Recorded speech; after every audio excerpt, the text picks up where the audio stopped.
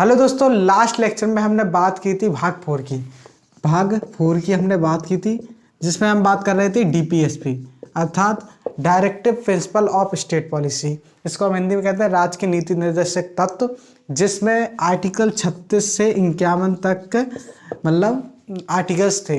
इन सभी की हम चर्चा कर चुके थे और लास्ट में हम पढ़ रहे थे आर्टिकल के 51 का मैंने कहा था कि इसको मैं अलग से बताऊंगा, क्योंकि इसके अंतर्गत जोड़ा गया है फंडामेंटल ड्यूटीज को। किसको जोड़ा गया है? फंडामेंटल ड्यूटीज को। ये क्या है? मौलिक कर्तव्य। तो इनको अलग से पढ़ाने के लिए हमने कहा था कि हम इसको अलग से बताएंगे। क्या बताएंगे? फंडामेंटल ड्यूटी, मौलिक कर्तव्यों को। तो इनके लिए एक अलग सेपरेट वीडियो आ चुका है, तो अब देखेंगे अपन लोग फंडामेंटल ड्यूटीज को, जो किसके अंतर्गत है? 51 की का के अंतर्गत है। अब हम देखेंगे इसको कब लाएगा, किसने लाया और कैसे इसमें क्या क्या कह रखा है। इस सारी की बातें हम इस वाले वीडियो में करने वाले हैं। चलिए देखते हैं और इसको स्टार्ट करते हैं। चलिए दोस्तों, हम बात कर रहे हैं फंडामेंटल ड्यूटीज की। फंडामेंटल ड्यूटीज की। तो दोस्तों, ये जो फंडामेंटल ड्यूटीज हैं, ये हमारे संविधान में मूल संविधान में नहीं थे। मतलब जब हमारा संविधान बना था तब ये हमारे संविधान में नहीं थे। फंडामेंटल ड्यूटीज का जो वर्णन उसमें नहीं किया गया था। तो इसको कहाँ से कब लाएगा? तो इसको लाएगा यूएसएसआर से, यूएसएसआर के संविधान से इसको लाया गया।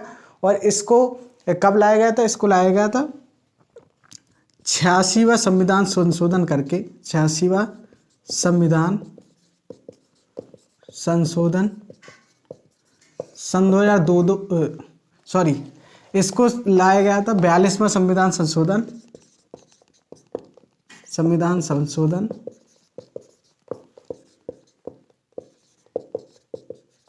1976 में इसको संविधान संशोधन किया गया था, जिसके अंतर्गत इसको रखा गया था। तब हमारे संविधान में मतलब फंडामेंटल ड्यूटीज की संख्या केवल कितनी थी? 10। लेकिन सन 2002 में एक और संविधान संशोधन किया गया। कौन सा था? वह था 86वां संविधान संशोधन। 86वां संविधान संशोधन सन 2002 में किया गया, जिसके अंतर्गत एक और फंडामेंटल ड्यूटी यानी मूल कर्तव्य को जोड़ा गया। तो वर्तमान में अब हमारे जो फंडामेंटल ड्यूटीज यानी मौलिक कर्तव्य है, वह उनकी संख्या कितनी है? 11 है। यानी वर्तमान में संख्या पूछे तो 11 है, लेकिन जब हमारे देश में मूल कर्तव्य लाए गए थे यानी 42वां संविधान संशोधन करके क्या 10 फंडामेंटल ड्यूटीज को लाया गया था। और फिर 86वां संविधान संशोधन सन 2002 में किया गया, जिसके अंतर्गत एक और ड्यूटी को जोड़ा गया यानी एक और कर्तव्य को जोड़ा गया। तो अब हमारे टोटल फंडामेंटल ड्यूटीज कितनी है? 11। तो अभी वर्तमान में हमारी जो मूल कर्तव्यों की संख्या है वह 11 है। अब इसको जब 42वां संविधान संशोधन 1976 में किया गया, तो इसको क्या किया गया? 51 की का के तहत इसको भाग 4 का ए में रखा गया। इसको भाग 4 का ए का मतलब उपभाग बना दिया। जैसे हमारे संविधान में 22 भाग हैं, तो 22 भाग में इसको एक उपभाग बना दिया। यानी जैसे कि हमारा भाग 4 क्या है? डीपीएसपी, उसी में भाग 4 का ए जोड़ दिया गया, जिसमें फंडामेंटल ड्यूटीज। और इसको लाया गया था 42वां संविधान संशोधन 1976 में करके यूएसएसआर के संविधान से लाया गया था। तब इसकी जो मूल कर्तव्य की संख्या थी वह 10 थी। और 86वां संविधान संशोधन सन 2002 में किया गया, जिसके तहत एक और मूल कर्तव्य को जोड़ा गया। और फिर हमारी जो वर्तमान में अभी मूल कर्तव्य की संख्या है वह क्या है? 11 है। ठीक है। अब ये जो मूल कर्तव्य है वह हमारे क्या है? दंडनीय नहीं है। मतलब इसमें जो बातें कहेंगे, यदि इसको कोई मतलब देश का नागरिक नहीं मानता है तो उसको इसके लिए सजा नहीं दी जा सकती। यानी क्या है? दंडनीय नहीं है। ये जो भी कर्तव्य है वह क्या है? दंडनीय नहीं है। इसके लिए किसी को सजा नहीं दी जा सकती यदि कोई इसको फॉलो ना करे। ठीक है। और इसको क्या किया गया था? सरदार स्वर्ण सिंह समिति द्वारा इसको पारित किया गया था। किसके द्वारा किया गया था? सरदार स्वर्ण सिंह समिति द्वारा इसको लाया गया था। कब लाया गया था? 1976 में 42वां संविधान संशोधन करके। ठीक। तो ये सारी बातें थी फंडामेंटल ड्यूटीज के बारे में। और अब हम देख लेते हैं इनमें कौन कौन सी फंडामेंटल ड्यूटीज के बारे में कहा गया है। तो टोटल संख्या क्या है, 11 है। वर्तमान में 11 है, लेकिन जब लाया गया था यानी 1976 में जब लाया गया था तब कितनी संख्या थी, तब मूलक कर्तव्य की संख्या कितनी थी, 10 थी। चलिए अब देख लेते हैं वो 11 मूल कर्तव्य कौन कौन से हैं, उनकी बात कर लेते हैं लाइन से। चलिए देखते हैं। तो पहला कर्तव्य है हमारा, मतलब जो फंडामेंटल ड्यूटीज में जो पहला कर्तव्य है वह देख लेते हैं। तो इसमें कहा गया है कि संविधान का पालन करना। इसमें क्या कहा गया है, संविधान का पालन करना,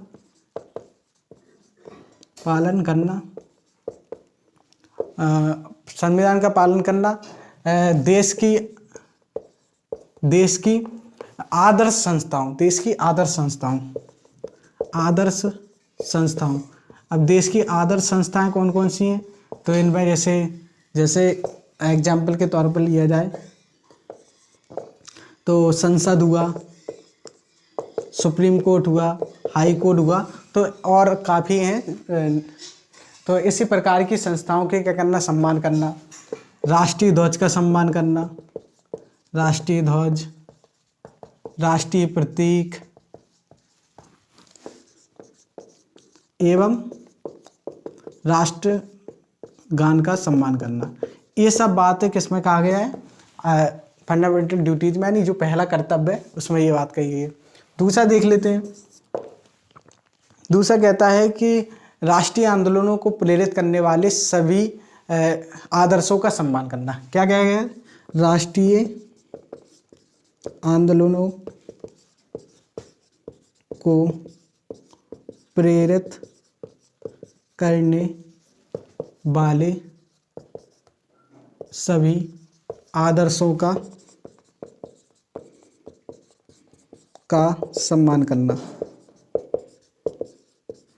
अब ये आदर्श क्या है, जैसे जब कोई आंदोलन होता है तो उसमें नारे लगाए जाते हैं, तो नारे जो भी हैं उन सभी का क्या करना, सम्मान करना। अब तीसरा देख लेते हैं।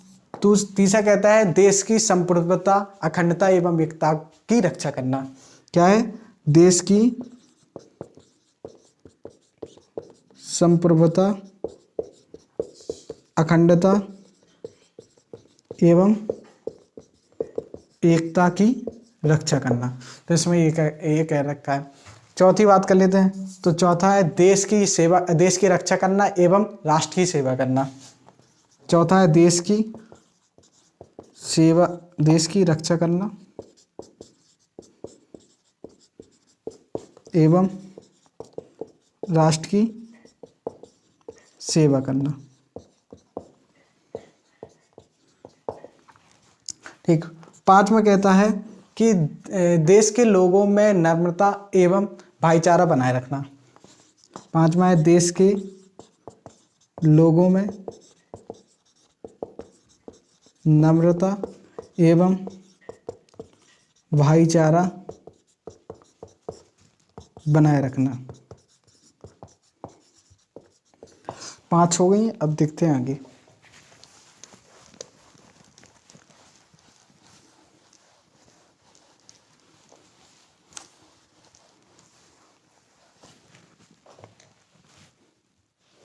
छठवीं जो हमारी मौलिक कर्तव्य वो है देश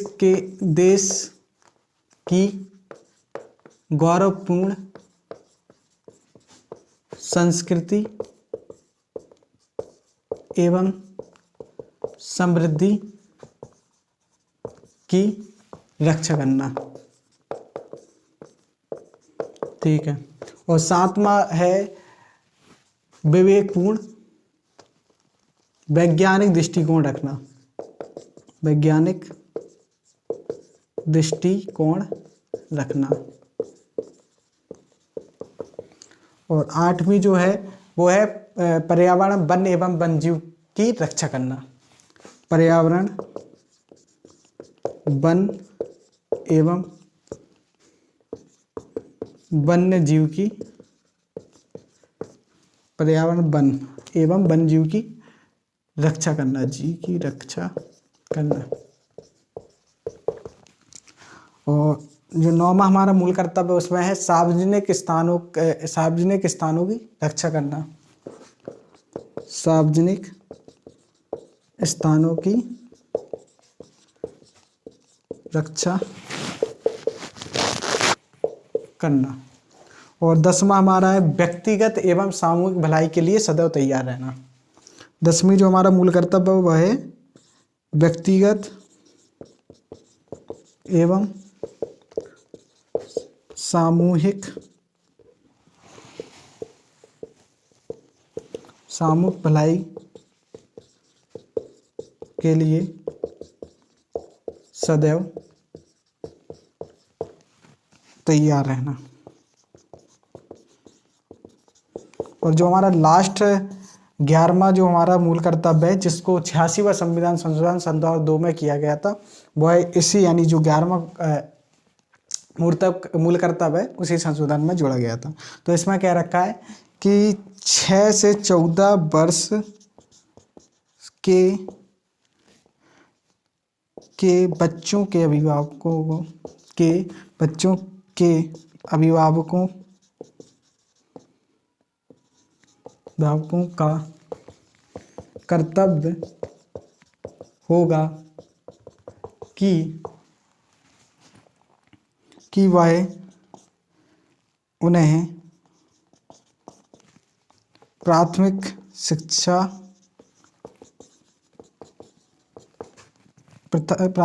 प्रदान करें।